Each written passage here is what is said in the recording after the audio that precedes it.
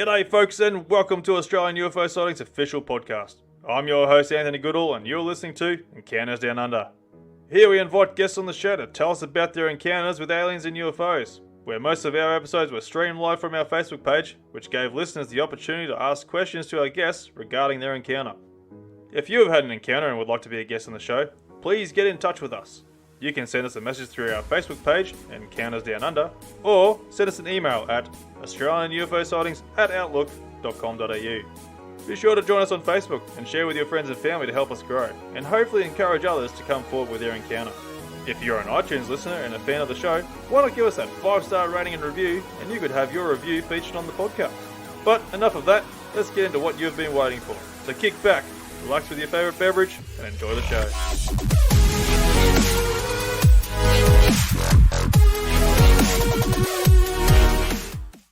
G'day folks and welcome back to another episode of Encounters Down Under. Man of the Universe Doug Moffett joins us back on the show to continue telling us about his journey being an investigator researcher on the phenomena. We also talk about what might be a touchy subject to some regarding religion, so I'd just like to remind you that everything on this podcast is based on personal opinions from myself and my guests. So without further ado, please welcome back Doug. Welcome back to the show there, Man of the Universe Doug. G'day mate, how you going? Yeah, good, thanks, Anthony. Pleased to be back. Mate, absolutely awesome having you back on here, mate. We covered a heap of stuff there last week there, going through your career as a UFO researcher and investigator from your early starting off, basically, and going through your whole research history almost. But we haven't touched on everything just yet, mate. And mate, I want to go and touch on probably your most compelling sort of investigations that you did there, mate. Like, and you also even mentioned that you had a bit of a sighting of your own. So I'd love to go and find out what happened on this encounter of yours. Mm-hmm. Well, my personal encounter, I felt was rather underwhelming because I had spoken to many people over many years that had seen craft 20 meters away and all that sort of thing. And basically I was traveling down the M4 in Sydney from west to east down one of the major arteries of Sydney. And it was around about 8 o'clock in the morning. And it was a very busy road, a very busy artery, as you can imagine. And around about, I would estimate, telegraph pole and a half high was an object sitting above the freeway, totally stationary. Now, it was, I estimate, because of the closeness of the encounter, I could estimate that it was probably about 1.5 meters high by about 0.5 meter wide. And the best way I could describe it was like a prune. It seemed to have wrinkled sides. It was black and it had wrinkled sides, almost like a helium balloon that, you know, when helium balloons run out the helium, they get crinkly, you know. But this was very high and it was staying stagnant and positional over the freeway. And I knew balloons did not do this, you know, balloons moved, you know. So I knew it wasn't a balloon. I was looking at it through my windscreen and, you know, trying to keep an eye on the road as well, because I was doing 100 to 110 Ks. And I'm just thinking, this thing is not moving, you know, like, what is this thing? And then I examined it closer, and yes, it was this rippled, prune-like object that was just hanging there over the motorway. And I actually viewed it for several minutes and drove underneath it.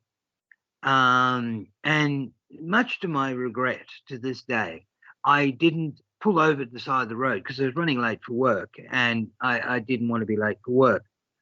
But I should really have, you know, pulled over the side of the road and taken some photos of it. You know, but I didn't. And I just kept on driving. But yes, this thing did not move the whole time. So my understanding of that was that it was some kind of, obviously I don't think it was a manned, you know, if you can use that word, vehicle, because it was very small.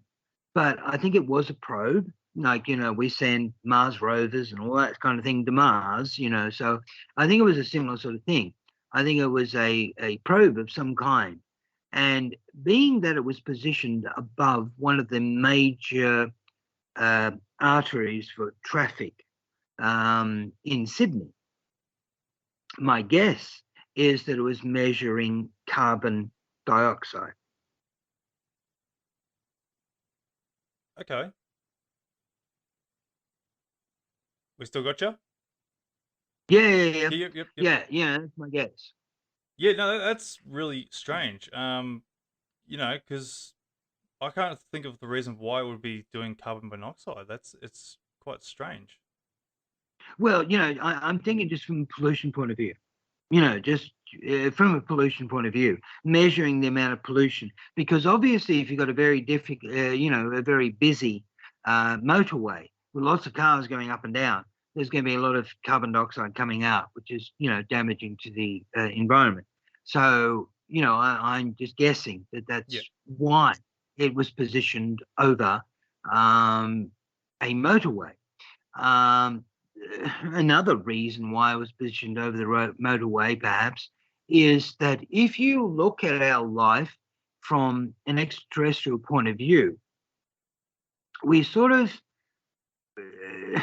we get up at 8 o'clock and 5 o'clock. The roads are chockers, and the rest of the time there's no one there.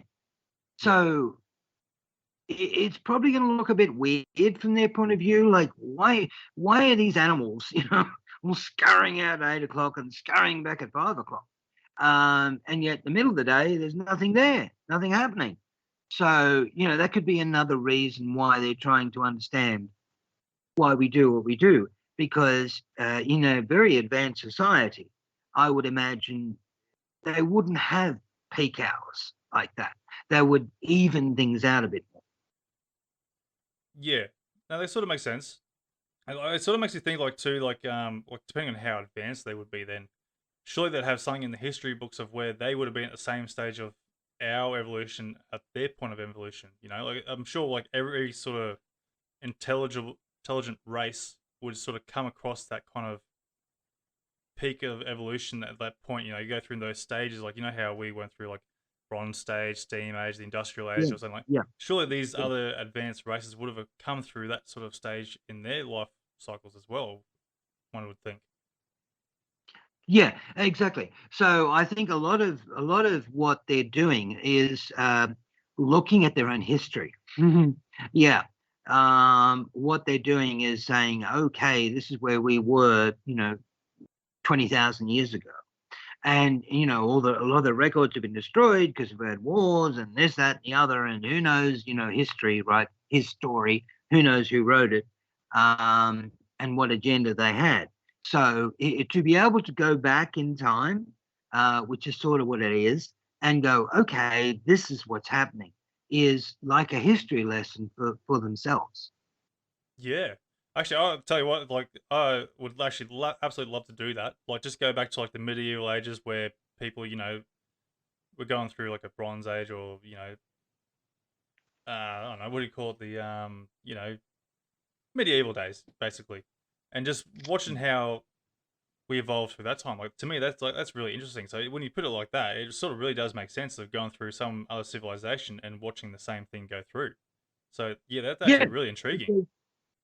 Yeah, because as you say, we all would have gone through, our Bronze Age, our Iron Age, our Stone Age, our technological age, our information age, and so on and so on. We all would have gone through it.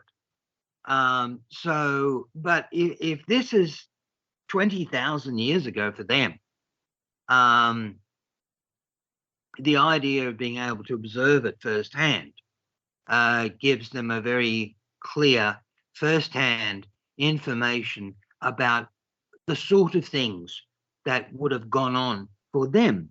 So if there is some, in a history, there are, whether this person a good person or a bad person, it depends who wrote the story, right? Yeah. So this gives you the opportunity to go back and go, well, this is what happened for them. So that's, that means this guy was right and this guy was wrong. Yeah, if only they would have shared that knowledge. That'd be sort of like, changed history books basically going, oh, this guy was the hero according to our records, but he was an actual absolute asshole. It would have been Yeah. good to know. And this is a truth, and that's not a truth, Yeah, so there's a lot of that, um, and a lot of academia, uh, you know, unfortunately, tend to be very grounded in their beliefs, and they stand on the shoulders of giants, right? yep. Of this person wrote that, and this person wrote that, and this person, and that's why we're here. Well, what if one of them is wrong? Then the whole bloody thing's wrong, isn't it? Yeah, that's right. It's sort of like it leads me to like the path of going down conspiracies and such like that. There's obviously some truth behind it, but then there's also people that will continue to share the conspiracy, but they'll warp it to their own agenda to try and suit, to get their followers or something, to try and get their own belief system happening. Yeah, yeah. There's always a subjective view of history and a subjective view of what happens in history. So it's always going to be the case. Yeah, it's unfortunate, people need to go and lie and create their own agendas for their own benefits, and instead of trying to benefit the world and just, this the whole government thing, hiding things that should have been known to the public, especially regarding UFOs, even though they've finally come out with it, as we discussed there last episode, they're still hiding so much behind those closed doors that they just don't want to go and tell us just yet, just because of their own agendas, Yeah, well, I mean, again, it comes back to the point, that do they, in their own twisted point of view, think they're doing humanity a favor by not freaking them out? Like this could well be the case because, if the leading military leader in the US came out and said, yeah, there are UFOs, they have technology way beyond us, and we just got to hope they're friendly because otherwise, we're cactus. How are people going to handle that?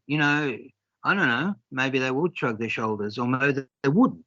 And this is maybe the point that people have said that this government disinformation, misinformation, lack of information is in some way their way of protecting humanity from freaking out. Now, I don't think that's the case. I think we can handle the truth, and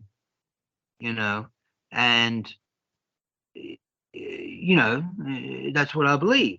I think we're advanced enough these days to be able to handle the truth. But if someone's been restricting this for 70 years, it becomes habitual. And that's where we are with a lot of these organizations like the CIA, FBI, NSA, etc. Yeah, it sort of makes me wonder too, like if they're honest to begin with, saying like, yep, look, we found these extraterrestrial beings, we've found these crafts or whatever, crash crafts, or we've been interacting with these beings and they're coming to the public like 50 years ago, where would we be today? Like, we could have been flying through the stars already by now, and just, having a whole sort of Star Wars saga going on our own planet, basically. Oh yeah, I mean, this is the tragedy of it, that that we could have had so much more benefit from this understanding. Now, one of the things that I'm going to go on a bit of a diversion here, but one of when I was doing investigations, one of the things that I was always looking for as a logical, analytical person was common denominators, right? Common denominators among people who have seen UFOs. Now, pretty much I came to two common denominators. And that was all I really got to. And one of them, strangely enough, is that as a person who worked for UFO Research New South Wales and I would say to the people after I got the details of the sighting that they'd had.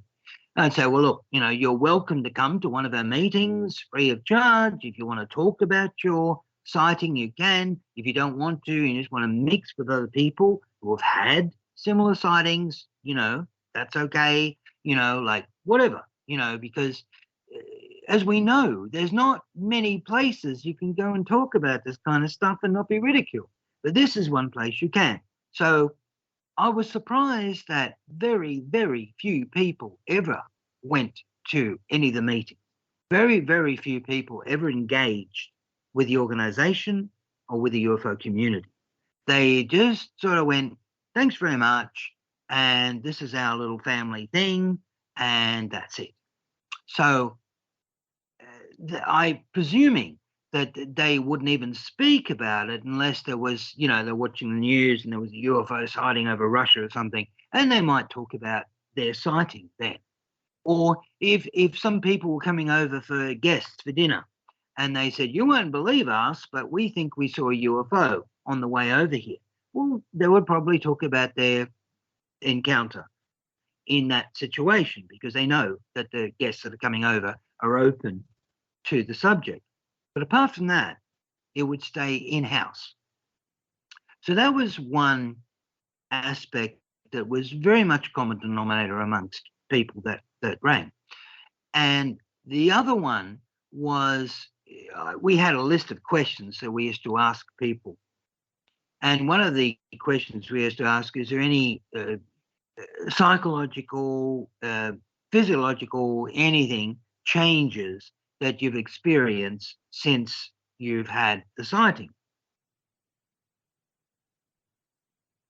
And one of the common denominators was people would say that they had felt that their consciousness had been expanded somewhat.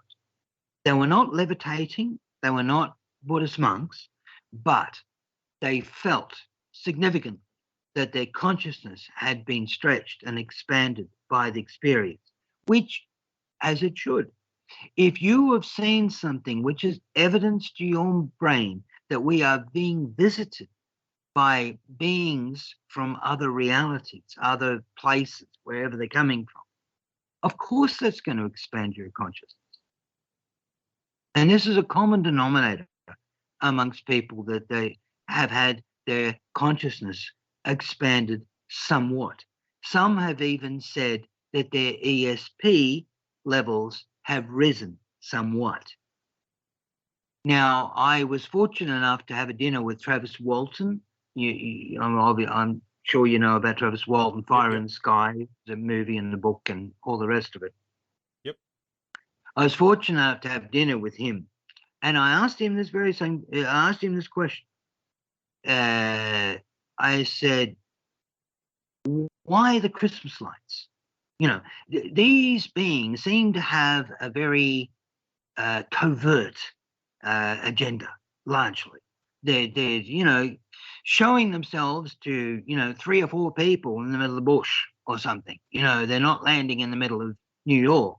So if they have a covert agenda, why do they have Christmas tree lights around them? And quite a lot of UFOs tend to have this sort of thing, where they have rotating, very, very colorful lights around them. Like, now, if the American military were checking out the Russian nuclear sites, they're not going to go over there with Christmas tree lights around them. They're going to turn off every external light they can,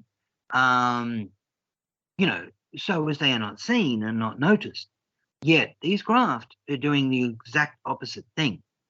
And he said that in his understanding, he said, yes, this is strange, and I thought about it, and I think they want to be seen. Not by a lot of people, but by some.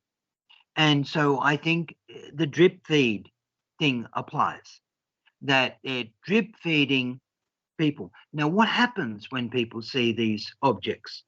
They expand their consciousness. So maybe this is what they're trying to do in a very subtle way of expanding people's consciousness and making them more aware of the fact that they're not some little village all on their own in this universe, that there's other beings around. and that's part of what they are doing. So on that, what are your thoughts on why they need the whole Christmas tree lights besides the being wanted to be seen thing? Is that like you pretty much your only theory, or is that like could there be more to it? I think it's just a matter of that they know that if they are seen, then there is a very good chance, almost a 100% chance, that the beings that see them will have expanded their consciousness, and they will be less freaked out at some point when first contact happens, because they have already accepted that we are being visited. Yeah. So how come they wouldn't do like a sort of like a mass sort of exposure to certain different areas there? Like like say for instance the Phoenix Lights, for example. Mm. That's sort of like a bit of a mass sort of sighting. People questioning sort of they weren't like freaking Yeah. out, but they were really curious. And like, what if they like sort of did that in like different sections around the world? Like that kind of mass exposure, instead of having like the one or two people that might by chance see it. Well, I think that you've got to understand that there are a lot of different visitors here. I mean, there's probably about 3 or 4 primary visitations: the greys, the reptilians, to less extent the insectoids, and the human-like beings. Call them, the tall Nordics or Pleiadians or whatever you want to call them, Yep. but the human-like beings, and that those 4 types of beings tend to make up most, not all, but most of reported interactions with aliens. So they are the 4 that are doing the heavy lifting. They are the 4 that have got the biggest agenda on this planet, whatever their agenda is. But there are many, many other different types, from blue blobs to all sorts of weird and wonderful creatures that people have seen. And they all have different agendas. So this is the point. They all have different agendas. So whereby some may think that the slow drip feed thing is the way to go, others may think differently. And so you've got the famous case in the 1980s where there was a solar eclipse over Mexico City, and everyone had their telescopes open and were looking at the solar eclipse, and there were hundreds of UFOs buzzing around the skies that were seen by thousands and thousands of people. Jaime Maussan, who was one of the lead investigators on the Mexican equivalent of 60 Minutes, was very into, and still is very into, UFOs. And he collected thousands and thousands of videos of people showing these UFOs buzzing around the sky that people took during this, solar eclipse. So there are stories of mass encounters, absolutely. But that may simply be because different beings have different agendas. Yeah, fair enough. So going on these beings there, like, do you feel like they might have like a bit of an alliance there and trying to control the world, similar to like how America's controlling this throughout the world, like by saying other nations can't share this information, kind of thing? Or do you think that the other species must be like on like, nah, buggies, we're going to do our own thing, sort of thing? I think they all did their own thing. I do. I think they all have their own agendas and they do their own thing. They have their own relationship to Earth, one way or another. And, they regard the Earth as important for one reason or another. So, yeah, I think they all have their own thing to do. But yeah, and that shows out by the different kind of craft, the different kinds of beings. As I said, they're predominantly 4 main beings, but there are many, many others that have been reported. Um, So, and many different types of craft, doing many different types of things, you know, abductions or contactees or, whatever. Yeah. Have you heard of any of these species sort of going to war? Because I'm sort of referring to, I'm not sure if you're aware of Phil Tyndale's experience there when he was a young boy. He was in his room there with his brother, looking out his window there, and they're sort of overlooking a mountain range, looking into the valley, and seeing this yellow craft come through the valley. They're just flying through, gliding through, or whatever.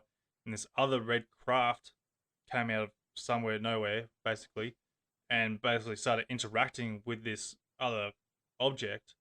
And it's sort of like pulling, sort of basically, he described it as like a tractor beam, like it's something you see a Star Trek or Star Mm, Wars, mm, basically, and trying to pull it away. Like they could physically see the craft trying to escape, but the resistance was there, basically trying to pull it or stop it. And it ended up having the craft crash into a tree, and basically that was the whole encounter. It was through the news, mm. newspapers, and all sorts of stuff. Like, so it sort of makes you wonder, like, is there like a bit of a war happening or a bit of a battle of some sort that's happening out there that you might be aware of? I go back to around about the 1500s in the Battle of Nuremberg, which was a huge fight over the top of Nuremberg in Germany in about 1516 or something or other like that. And it was documented, and this was craft firing at each other. It's fairly rare to get reports of this sort of thing. I don't think it personally. I don't think it's an important factor.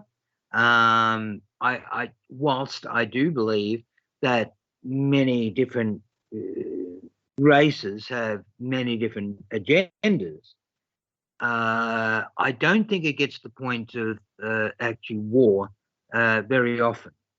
We certainly haven't seen that kind of thing much in the modern UFO era from 45 onwards, whereas there have been cases in the medieval times and before that where there seems to have been battles in the sky.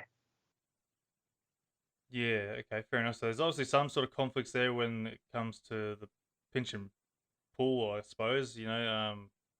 Obviously somewhere there might have been words crossed. So I'm making assumptions here and just trying to come up with some sort of conclusion of the different agendas. And like, as we do, human nature, we sort of have conflicts here or disagreements or something like that, when we don't want someone to go and do that. So it sort of makes sense. Like, these beings with their own agendas, they'll have to go and have some sort of conflict at some point, and it sort of makes you wonder too, like, is there like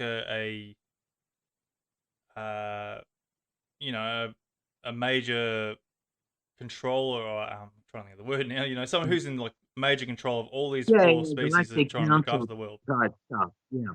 Mm. Yeah, it does make you wonder that.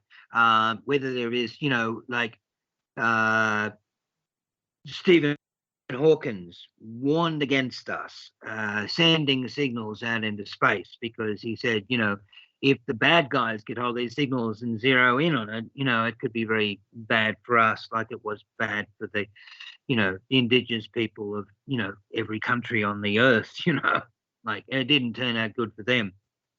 So could it be the same? And he is thinking it could be. But I guess, at this point, I don't think the bad guys have really found us yet. If there are any bad guys out there, and if there are bad guys out there that do latch onto us and go, okay, we're going to take all the water from this planet, or whatever they see as something of value. Yes, would all the other beings, and there may be hundreds of them, in again, four main categories, but several other beings that are visiting the planet, in a reconnaissance-like fashion. So are they all going to sit back and just let that happen? Well, I don't know. Is there a galactic council? Is there something that, would say, no, we can't allow this to happen? One would hope so. I don't know. But yes, a lot of people have spoken about the Galactic Council, and a lot of this information has come from contactees. And, I don't know, whether that's true or not.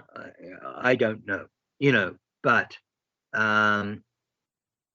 yes, you'd like to think there was some sort of galactic police force of some kind to stop someone from wandering in and just, taking what they want from a planet and leaving it wrecked. Yeah, absolutely. Because like, there's nothing we can do to sort of stop them. Like either we'll try and fight and we'll lose anyway, or we'll try and just blow them up completely using our nukes and destroy the whole planet altogether. It's one of those things. Like if they really wanted to, they could have blitzed us out years ago when we were in our Stone Age, basically, or even our, we're before in World War. We weren't even that technologically advanced to even try and make a decent fight out of it. Yeah, absolutely. Now, interesting, I got onto the fact that, I don't remember how I got onto it, but I got onto the fact that there was a wing commander at Strategic Air Command in Canberra whose job it was to come up with a plan for the defence of Australia in the case of a outer space attack. There actually is a person who's this is their job. So I managed to track them down, and I spoke to the wing commander, and it's not his whole job, it's part of his job. So part of his job, amongst other things, is coming up with a plan to defend Australia against an outer space attack. One person. So I hope that makes you feel warm and fuzzy. Yeah, I feel really, really secured and safe. I would have thought nations would have covered all this. Like I thought it would have been like a worldwide sort of thing to figure out, like whether it be a massive meteor coming in to hit us, or even like from a hostile nation using satellites or nukes from space. Similar thing. Surely that would be a whole thing covered from different countries of allied nations. Yeah, well, as I said, from an Australian point of view, he was the one guy, and it was part of his job to work out, what defence strategy Australia would have if they were attacked by ETs, aggressive ETs. Now, it's interesting that I think back on, and H.G. Wells wrote this book, I think in the 1890s, War of the Worlds. And in that book, the Martians were defeated by the common cold. And my belief is that forget the nukes, forget your conventional missiles and all that, because they have proven to be totally irrelevant when it comes to stopping these craft. They can blow these things in midair. They can destroy them in midair. Come on. So I think, that our best defense in this regard, and it's not necessarily something really bad like, some sort of COVID or some really bad virus, just the simple common cold would probably be enough, because these beings coming from another planet would not have a natural immunity to something as simple as the common cold, just like in H.G. Wells' War of the Worlds, and it would destroy them. So I think if I were that person at Wing Command in Strategic Air Command Canberra, I'd be coming up with snot bombs. Biological warfare, basically. Biological warfare. And it doesn't need to be anything that's going to kill a lot of humans. It'll be just, hit them with the common cold. Hit them with, just hit them with vast amounts of germs, common cold germs. Now, germs, as you know, will get in anywhere. So even if it's a spacecraft, it'll hang around the outside. It'll live through while they go back to the ship. and they'll come out of the ship, and one of them will get the cold, and next thing you know, all of them will have the cold, and that'll be it. So, you know, these are the things that we need to think about from the point of view of defense of our planet, because, as you said, nuclear weapons and our conventional military weapons are not going to work. But yet something like biological warfare, but not necessarily, you know, really bad stuff for humanity that's going to wipe out half of humanity, doesn't need to be that bad, because they have no pardon me, no defense mechanism. Now, when the first fleet arrived in Australia, a lot of the first fleeters had smallpox. Now, smallpox made the white people sick. It killed huge amounts of Indigenous people, killed them, because they did not have an immunity to smallpox. That's right. And you look at Spanish flu to the Aztecs, I think it was. I'm pretty sure it was the Aztecs, or when the Spanish went over to South America, they pretty much wiped out civilizations there with the Spanish flu. Same concept. Exactly. So we need to learn from history. Yeah, definitely. But as a defense for going from an ET side of things, there, I'm sure you're aware of people claiming hybridization and such for their species, which I believe they're already sort of doing.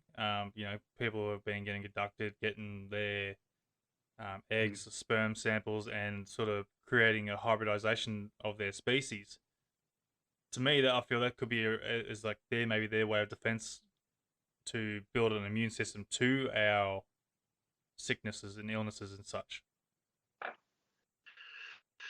Perhaps, you know, perhaps a very interesting thought, because they will, you know, if you're looking at advanced civilization, guess what? They're going to have no diseases. They're going to have no this, no that. They've, you know, eradicated everything, smarty pants. Yeah. But that makes them vulnerable.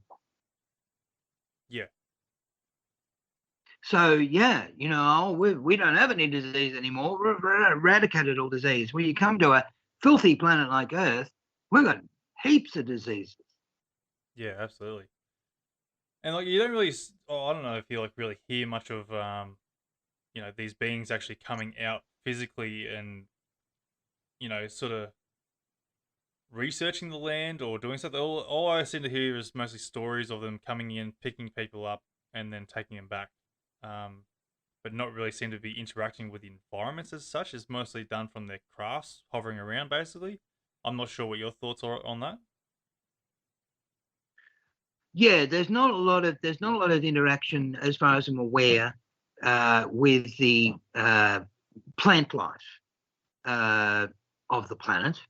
You know, and those sorts of things. You know, it seems to be more, and even when they do take people, it is obviously a genetic agenda, right? Particularly with the greys, which I believe are controlled by the reptilians and to some extent the insectoids as their masters.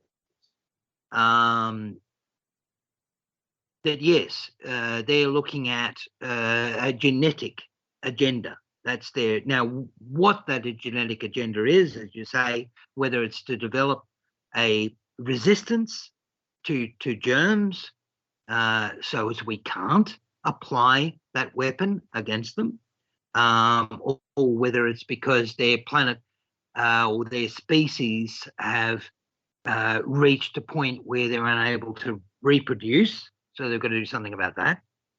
I don't know. Yeah, it's a lot of speculation there and a lot of ideas that can sort of come from it, and obviously we're never going to really know the answers to these things there. But it just makes a real interesting point, like especially when it comes to a conflict aspect of trying to defend ourselves against a hostile being from, you know, extraterrestrial basically. It sort of makes you really wonder like what would work against these, and I suppose like when you really think about it, biological probably would be the better, more safest, I suppose, or better, It's the better only defense. thing, you know, it's the only thing I can think of that would work, because I know that species that have not had natural immunity, but they have not had, contact with these sort of germs, would be, historically, we know that that's going to be very bad for them. So, that's what I think is the, as strange as it sounds, hit them with snot bombs, but that really is, I think, the best way of looking at it. Now, I'm not a pessimistic person. I think most of these ETs that are visiting, certainly the ones that are visiting thus far, as you pointed out before, if they wanted to knock us off halfway through the First World War, halfway through the Second World War, would have been a real good time to do it. But they didn't. So I'm not concerned from that point of view. But as Stephen Hawkins pointed out, which is a valid argument, that maybe the bad guys haven't found us yet. And if they do, well, yes, as we said before, is there some galactic federation that will protect us? Maybe, maybe not. We don't know. And if they do come at us, then our military weapons and even nukes are not going to save us. So we have to come up with something else. And we know that if you hit a being, any kind of race of human or whatever, that is not used to a particular kind of germ, and you hit them with that germ, they're going to go down bad. Yeah. No, it's going to be crazy, and I hope we never get to that point, to say the least. But yeah, it's kind of scary when you think about it. Just how quickly we could be taken out if we're in reality. Well, I mean, as I said, I'm not a pessimistic person. I don't think this will happen. But, like, hello, you've got to be open to what if the bad guys find us? And what if there is no galactic federation? And what if we have to defend ourselves? Well, let's think about it. What can we do? Now this makes sense to me as an option. And it sort of throws out the idea where people bringing out the speculation of the US government going to bring out a fake UFO invasion, alien invasion, basically. To me, that sounds stupid. Basically, on the context of, if this was the case, America has known this for however long, of these UFOs or alien ET existence, and then to go and fake a alien invasion, they're basically just saying these things weren't a threat, but all of a sudden they are a threat. It's like, well, where did that just suddenly come from? Yeah, well, Werner von Braun, who, of course, was the father of rocketry, originally a Nazi scientist who was employed by the American government under Operation Paperclip, where they went in there and grabbed as many German scientists they could, because German scientists were traveling well ahead of everyone else. And Werner von Braun became the father of the American space network. Now, he, in his later years, was very concerned about the idea that America would create a false flag invasion in order to create a situation of panic, a situation where people were afraid. And if you create a situation, we've seen this with COVID. If you create a situation of panic and people are afraid, they're very easily controllable. Yeah, absolutely. It sort of puts it on the perspective there too, like, control is a big thing, but it could also work in the favor of doing a fake invasion by unifying the entire world, basically. Because, obviously we're in so much conflict between different countries here. And I think it's been said before by one of the presidents there. Yeah, Ronald Reagan. Yeah, that's him. He said that if there was to be an alien invasion of some sort there, humanity would unite, basically, and try and fight together. That's like the only time in the world's history that we'd actually unite under one agenda. Under the one flag. The flag of humanity. Not the flag of the American or the Australian or, Iraq or anyone, under the flag of, we are all humans and these buggers want to take us down. So, no matter what religion is or what your skin color is or anything, it's us against them, and we are humans and they ain't. So yes, it could easily fall the other way. I don't believe that they're going to spring such a thing. I'm agree with you. I don't think that's on the cards. I know Werner von Braun is a very respectable person and he was very concerned about it, but I don't think that's what's going to happen myself. And I think that, I look at it that we are either going to get first contact or first intervention, one or the other. And they're very different, because first contact, and I think we're a long way away from first contact, is where they land and say, hey, let's chat and let's see how we can help you to advance as a species and, yada, yada, yada. I think we're a long way from that because we're so warlike and so primitive as a, society as a whole, a global society as a whole. And sort of makes you wonder too, like, where would they go for that first contact? Mm-hmm. Like, I know a lot of people assume they'll go rocking up on the White House there in America, but it's like there's other countries as well, like what would make them so special, basically. Yeah. Like it could end up anywhere. Could end up Zimbabwe or something. Yeah. But the other thing is that, intervention is a different kettle of fish, because first intervention would be regard to our mismanagement of our environment. And I believe that the ETs, I believe the planet is a living organism. Strange as it might sound to a lot of people, but I believe the planet is a living organism. So very different to us, but nonetheless a living organism. And it sustains 7.5 billion people. And I think that ETs would see the planet as being more important than the beings, in much the same way as the dog is more important than the fleas. Yeah.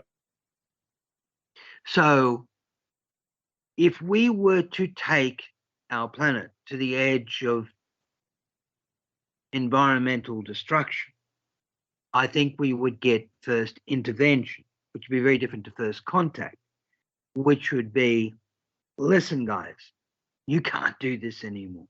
You've got to play by our rules. We will not stand by and see the earth destroyed. So you're going to do this by our rules. Otherwise, there's going to be trouble. And I see that as first intervention. And I'm not sure which one is going to happen first. It depends on how we look after the environment, I guess. Yeah, absolutely. Yeah, it sort of makes you wonder how, like, because the world is sort of on a bit of a decline, people with, climate change and all sort of stuff. But I sort of feel like, yeah, we do play a big part in the climate change sort of things too, but I sort of feel like the world sort of evolves in its own way too. You look at the thousands of years sort of thing where, you got the ice ages, you got the climate's changed throughout the life of the world, basically. And I sort of feel like we are like sort of seeing that sort of process happening. I think it's just because we're logging everything, all the events that are happening around the world now. Everything's a lot more. I'm trying to think. Put it to paper, basically, so we can watch the history of the whole planet, basically. Yeah. So like I think look, climate change is happening. We are playing a part, but I think there's a lot more of it. It's just world evolution as well, and I think we're not claiming that. We're not accepting that part into it. Well, I mean, just pollution and things like that, like rubbish washing up on beaches and, huge islands the size of Hawaii in the middle of the Pacific, formed of plastics. I mean, this sort of thing is not good, Oh, obviously. definitely. Look, by all means, like we do need to go and clean up our act. That's for sure. We have basically, based in the last 20 odd years, where we started getting into the plastic era of the world. It's just destroyed everything. Like plastics was a great invention, but it's also been a big downfall for the environment as well. Um, Yeah, well, I mean, you look at these microplastics, that break down these microplastics, and they're in everything. Like they're in fish and oysters and prawns, and and we're digesting it. It's just whoa. Yeah, it's not good for them. It's not good for us. So, there's a lot of things that we could be doing better to work in harmony with the planet. Um, you know, and I'm not saying, I think that yes, doing knee-jerk reactions to climate change is not necessarily, they've got to be well thought out things, and they've got to be things that are going to benefit things, and etc. But um, having said that, there are a lot of things that are quite obvious that need to change. yeah, absolutely. Which also makes me wonder, like, lead down the path of the spiritual side of things. Like, we used to be really spiritually connected to the world. Back in the like Stone Age kind of days, or even like going after that. Um, you know, it sort of leads me down to the spiritual sense of this thing. People have always claimed whether these beings are what sort of base religion in a sense, because like obviously back in those days they would be regarded as a god to us, and so were a lot of these things influenced to become a bit of a religious aspect to today's standards, and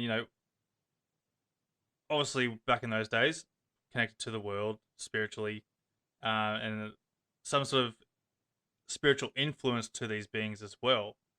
Uh, Obviously, there's a connection there between the spiritual side of things. It even comes into the paranormal side of things, where we're connected to. Uh, we can talk to the dead, basically.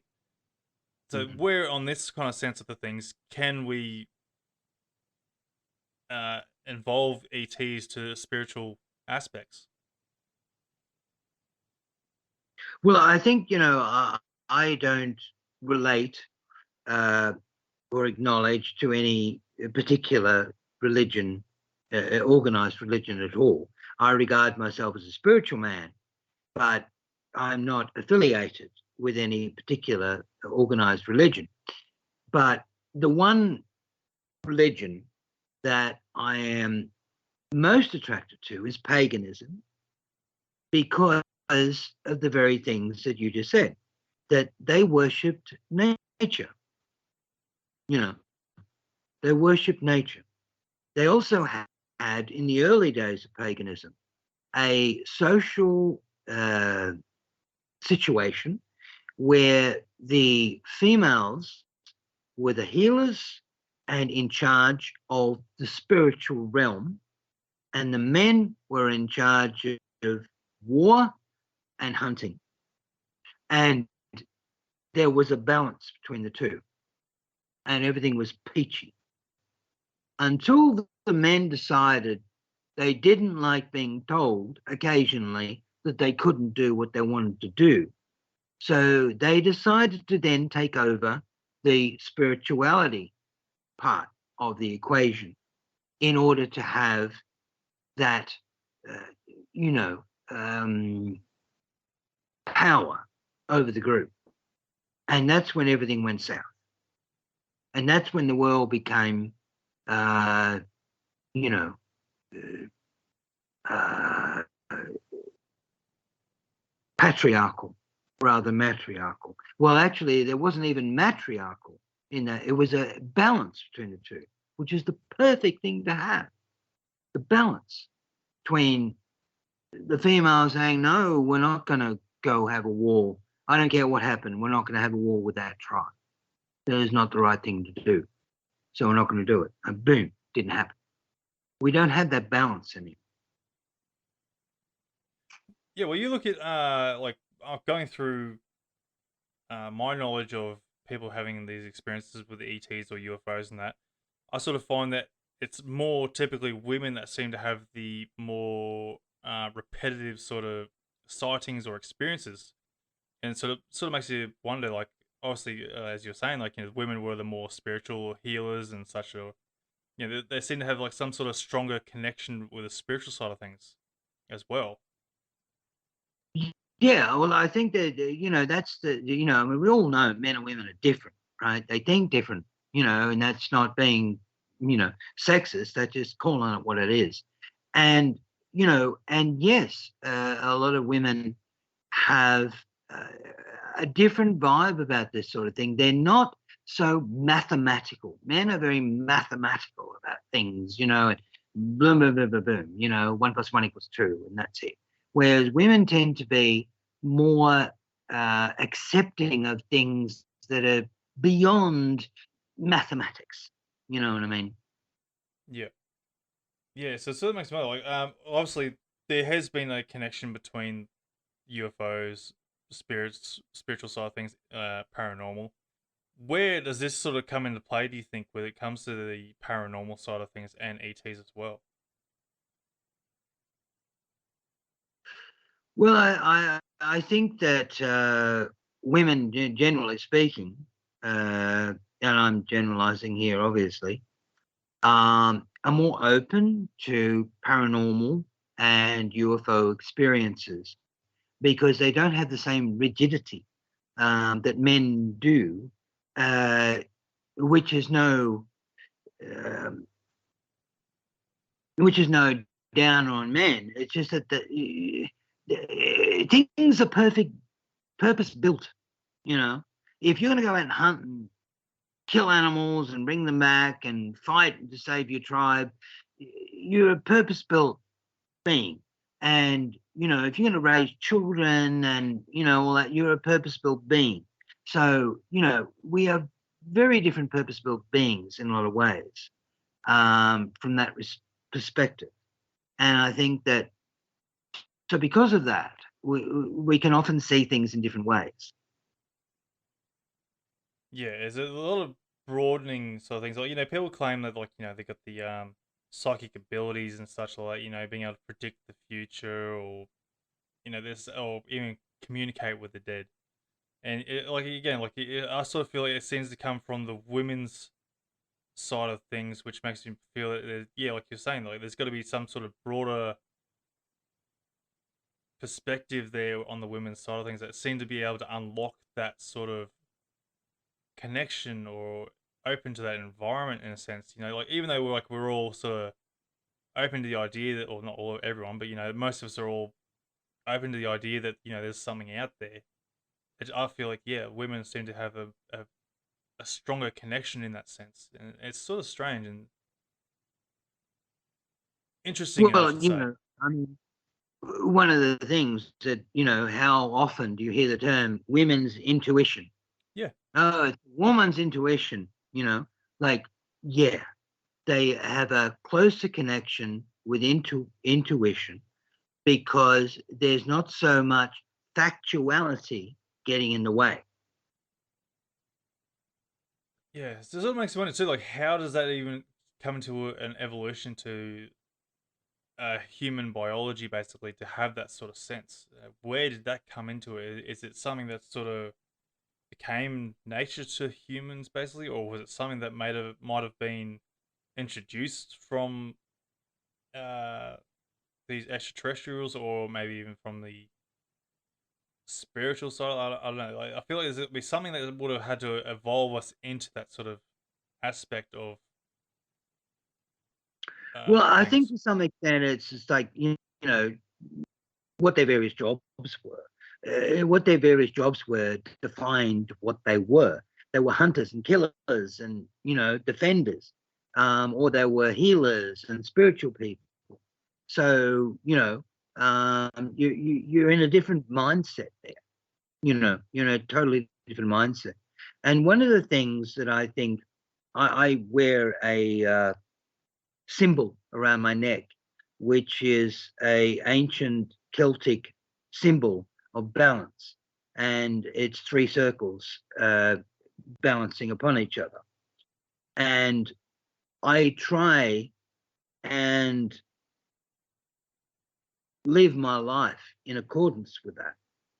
I think balance is very important. And I think, again, like I was saying about the early pagan religions, where everything was peachy when they had balance. Once they got out of balance, things went south. So this is what I'm saying, that balance is very important. And it's not like men need to be men, women need to be women, and all that kind of thing. But as Carl Jung pointed out when he did the precursor to the Myers-Briggs test, that the ideal position between, and he went on to talk about intuitive introverts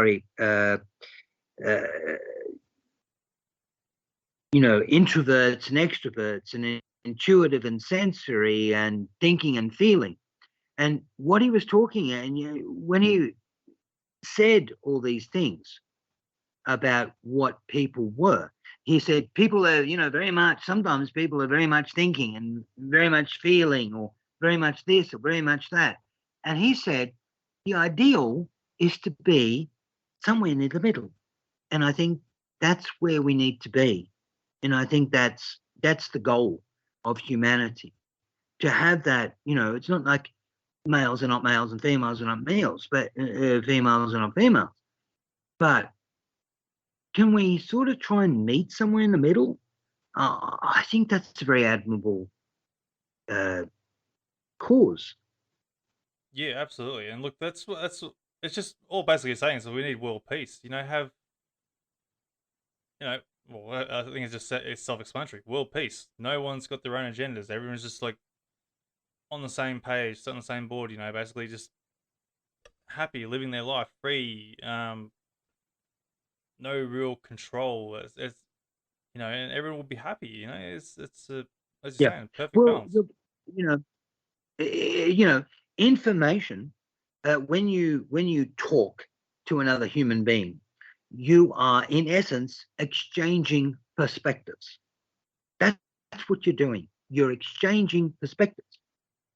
It's not about ramming your perspective down someone else's throat.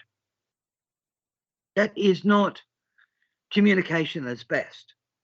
Communication that's best is saying, what do you think about this? Well, from my perspective, it's this.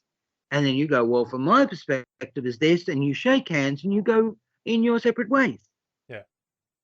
That's how it should be, because understanding that people are going to have different perspectives about things, accepting that people are going to have different perspectives because they've had different lives, they've had different parents, they've had different life experiences, and so on and so on. So once you accept that, then you just hear someone else's story. That's what it should be. Not I'm adjusting your story, or you are wrong, or anything. And this is the precursor to humanity becoming the potentiality it can have. There's a lot of potential, isn't there? Is this basically, I guess, the world, the nations having to come together and just put their differences aside and just work together. And going back onto that, fake alien invasion, that I feel that's what we sort of do need to happen to get that, because I don't think we're going to get this world peace any other way. It's a sad thought, really, in my opinion. I think there's just still too much conflict there. Too much.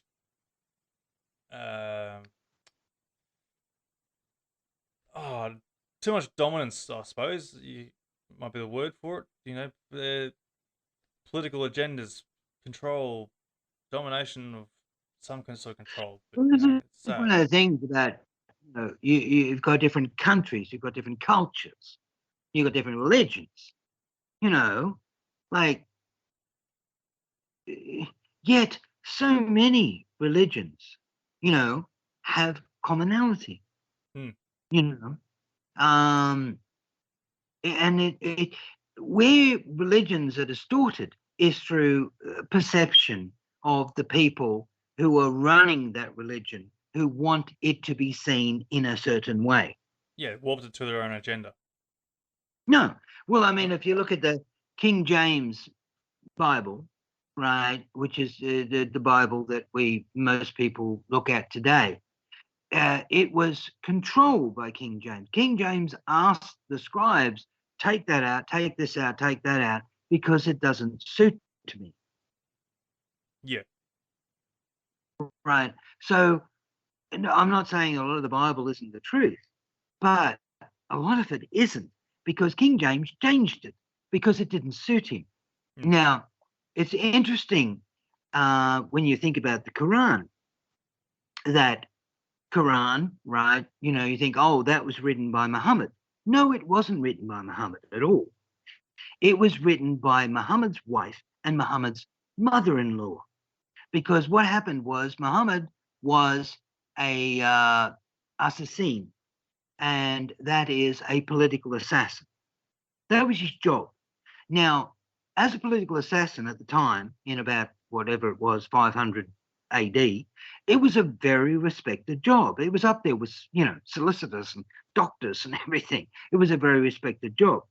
Now, part of being an assassin was to smoke a lot of hash. That's what you did if you were an assassin. So what he used to do is go up to the mountain and smoke a lot of hash and have a lot of weird dreams. And then he would come home and talk to his wife and his mother-in-law about his dreams. And they interpreted those dreams. And the interpretation of those dreams is what the Quran is. It sort of makes you wonder too, then, how much of other religions are sort of based on that sort of same concept. Because, like, obviously, you go through our modern sort of Bible there, Bush is talking to old mate over here, or, God's telling Noah or something, some sort of character in the Bibles there. Like, how much of these are actual people that could have been under influence of some sort of substance, to say? Well, I think that the point is the perspective, right? That if the Quran was interpreted by Muhammad's wife and mother-in-law, which is what it was, there is no way that they're going to say that the woman stands behind the camel, because this is interpreted by two women. Like, that's crazy. And there was a woman who used to come to UFO Research New South Wales, and she was a Jewish woman. And she read the Quran, and she said, this book is a book of love. This book is a book of love. She was a Jewish woman.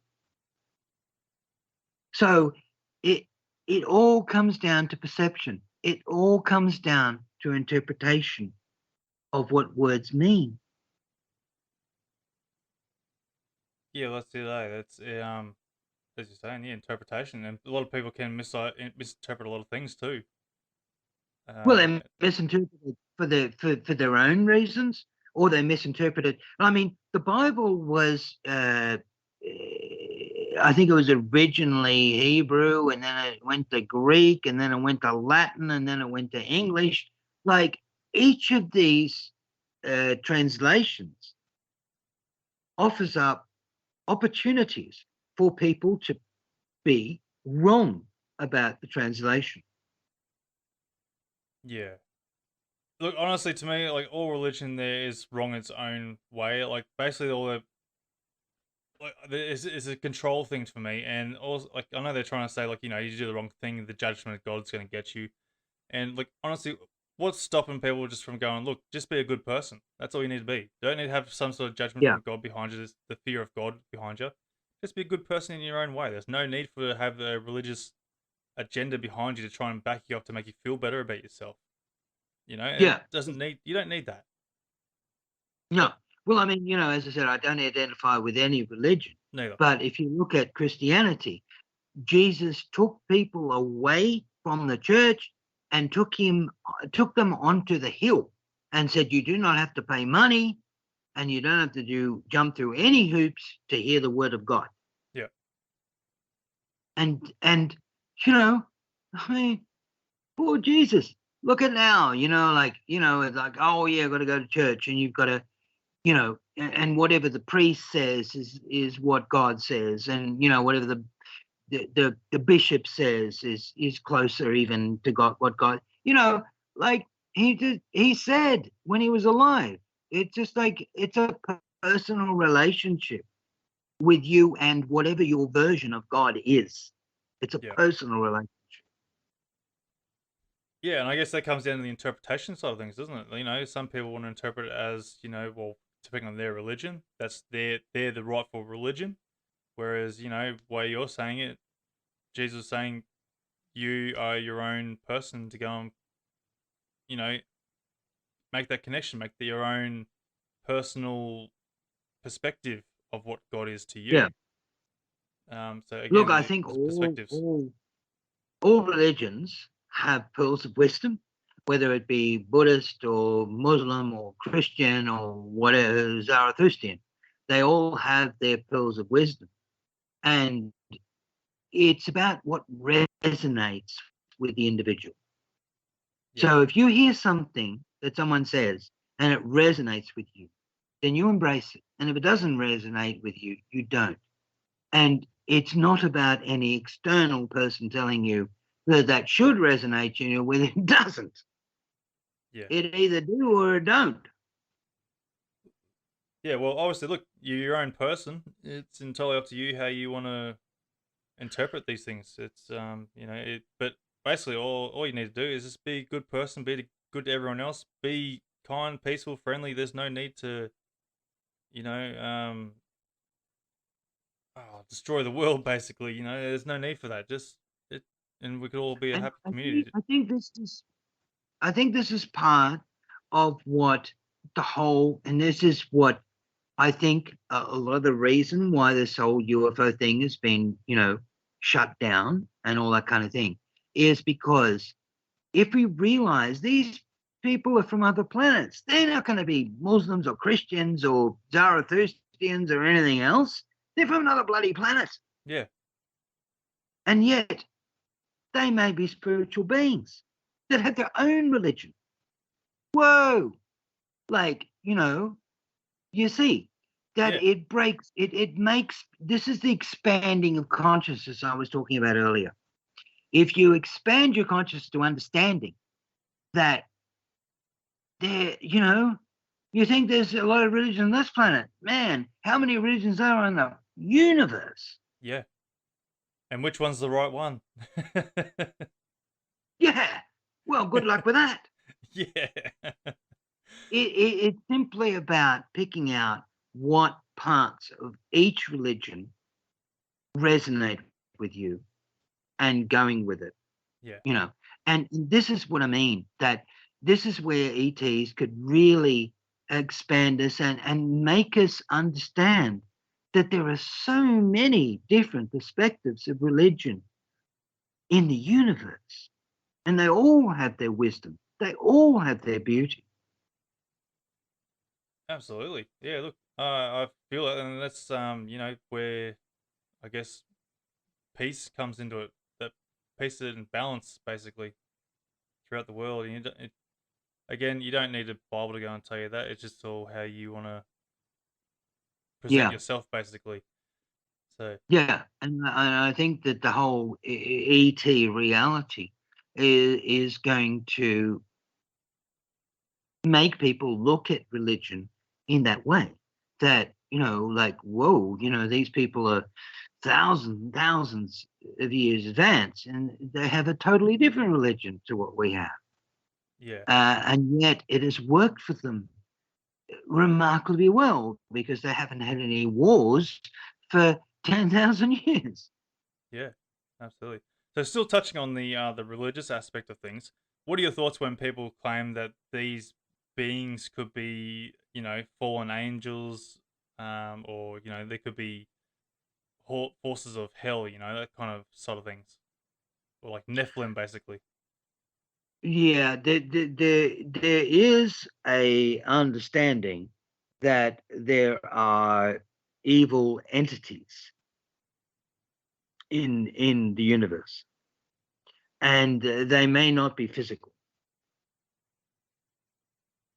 So we may find ourselves influenced at certain times by these entities, energetic entities. And yes, so we have to be mindful of that, that a certain amount of things, because certainly there are situations where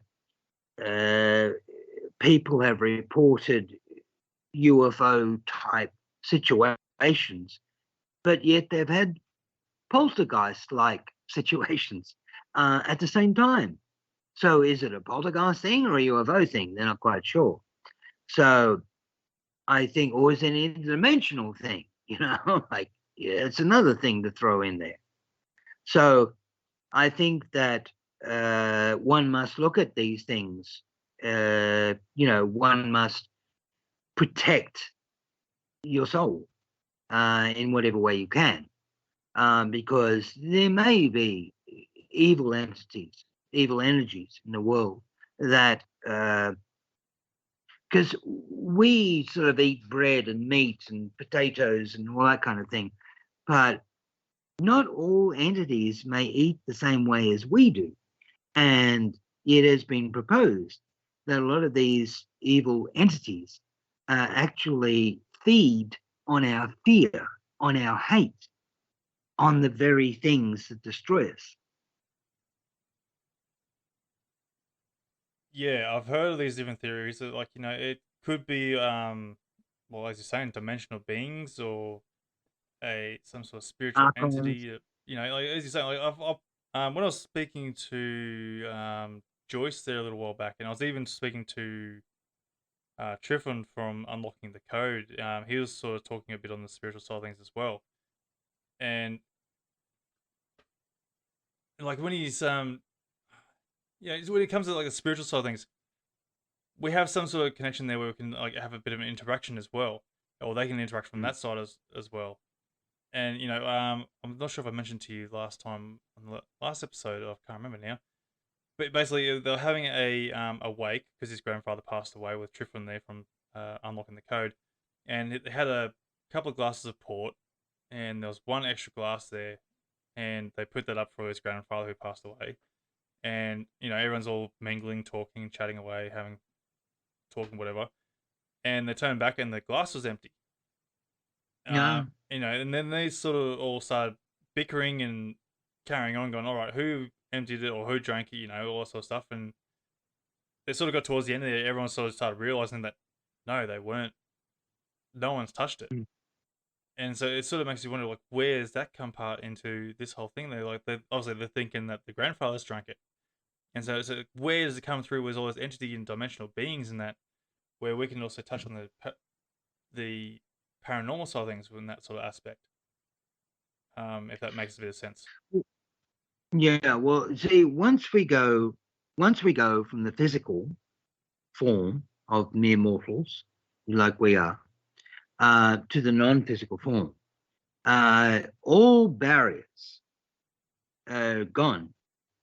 Like, if we go, I call it the universal creche, for want of a better word, but we all go to this universal creche, right, which is this giant waiting room where we're in between reincarnations, and that is God. Anyway, once we go to this place, it's like the souls from every single planet on the universe are there, and they are all souls, because we have no physical presence. We have no physical identity. We're not a human. We're not a zeta reticulum. We're not this. We're not that. We are simply souls. So all of that disappears. And this is why I believe a lot of people don't want to leave. I don't believe everyone regenerates. I believe that everyone regenerates regularly. Some people may want to stay in this creche for a very long time. like perhaps thousands and thousands of years, because it is acceptance, because it is love, because there is no difference, all souls. It's only when we reincarnate or regenerate that we become male, female, earth, zeta reticulan, Pleiadian, or whatever. It's only then that we have a difference. Yeah, it's a lot, isn't it? It's sort of a lot to take in on that side of things. It's obviously one of those things we'll never sort of fully understand until that point, till we all sort of cross over. And unfortunately, we can't even get that information to tell everyone else what it's like over the other side there to get a better understanding. But look, Yeah, we're sort of coming towards the end of the show there. I've got a couple of quick questions there before we finish up. sure. I'll get this question back up there. Now, apparently there's been recent talk of human mutilations by ETs. I haven't heard much on this there. So how credible are these stories, basically, if you've heard anything on this? Human mutilations. Yeah, I haven't heard anything on this, so I'm not sure where they're getting this information from. I've not heard. Yeah, that's unfortunate. No, I'm sort of a bit questionable on that too. I'm sort of hoping that you might have known. Yeah, no, I've not heard. Certainly, cattle mutilations, horse mutilations, I have heard of, but human mutilations, I have never heard of any. Yeah, no, neither have I. It's always been, abductions and stuff like that. So it's definitely certainly got me confused on that one there. And I think there was another question there, but I can't seem to find it now. So if anyone else got any more questions before we finish up, I'm sure to go and throw them in there quickly. Just trying to find this other one there. Oh, hang on, there we go. Right, so what is being hidden in Antarctica? Obviously, there's like you would have heard different theories and concepts there with Antarctica. So basically, why is there so much military secrecy and presidential political visits? I haven't really heard much of Yeah. No, that that happening. is very true. That is very true. That is a definite. That there have been a lot of military and high profile people visiting Antarctica. There's been a lot of craft identified by Google Earth and things like that people have found that shouldn't be there. Yeah, Antarctica is certainly a place to keep your eyes on, um, because and there's also been people that have said that there is a entrance somewhere in the middle of Antarctica, where UFOs have a base and they go into as well. So yeah, a lot of weird stuff is happening in Antarctica. Absolutely. Yeah, I have seen a video there where there's like a big spiral sort of tunnel that goes through the side of a mountain. Now, I'm not sure if that's actually located in Antarctica, but it looks absolutely amazing, and really intriguing on what's created that. It's sort of like it almost looks like a drill hole, sort of like a spiral drill hole, as if it's something drilled into it. Um, and over the time, Yeah, there obviously it's the wind and all that sort of stuff sort of smooths it all out, so you can't really notice it as much. But it's really intriguing on what's created that, because like obviously lava's not going to create that, because it'd be a lot different compared to what a circular tunnel. I'm not sure if you've seen it. No, I haven't, but I've seen a lot of anomalies in regard to Antarctica. I've seen a lot of information in regard to anomalies in regard to Antarctica. So it is somewhere that I think, bears watching. Yeah, no, that's fair enough. I'll try and find that video for you and I'll send it through to you. Cool. Also, what about your theories on people claiming that the Germans went down there during World War Two? Yeah, interesting. Uh, I am not entirely convinced that that happened. Again, I spoke to you last time about my neutral position. Yeah. And this is one of those neutral positions sort of thing. I'm not going to argue against it and I'm not going to argue for it. Yeah. It just seems. I know the Nazi scientists, had a big gap on the Western scientists, at the time during the Second World War.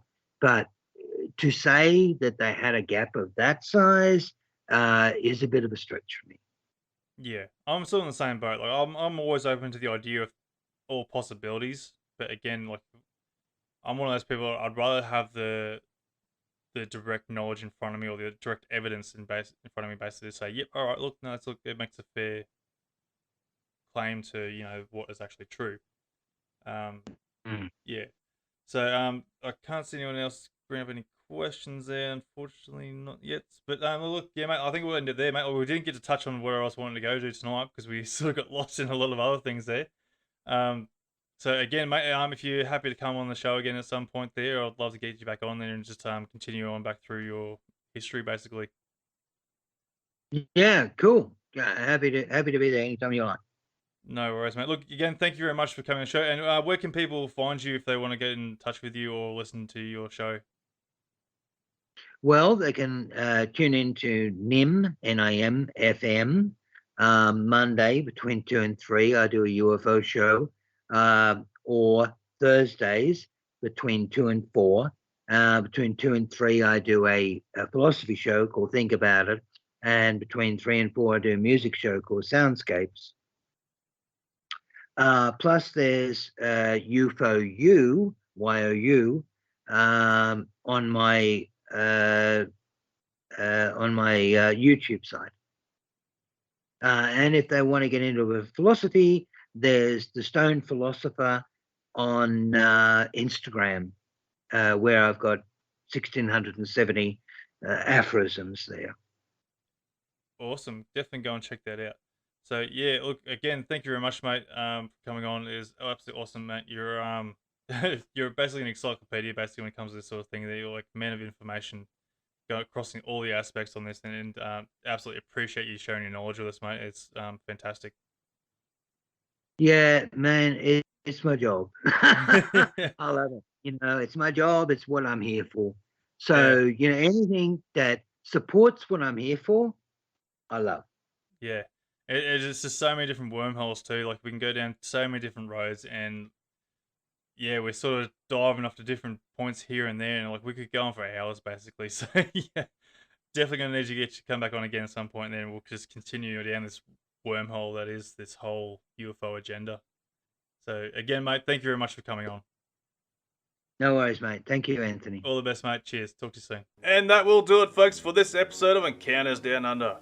I hope you enjoyed the show, and remember, you can also get involved in the show by joining the Facebook page and getting in on the live streams. Also, please be sure to share with your friends and family to help us grow and potentially find our next guest on the show. If you or you know someone who has had an encounter, please get in touch with me through our Facebook page via Messenger or email at australianUFOsightings@outlook.com.au. I look forward to seeing you on the next Encounter Down Under. Hooroo!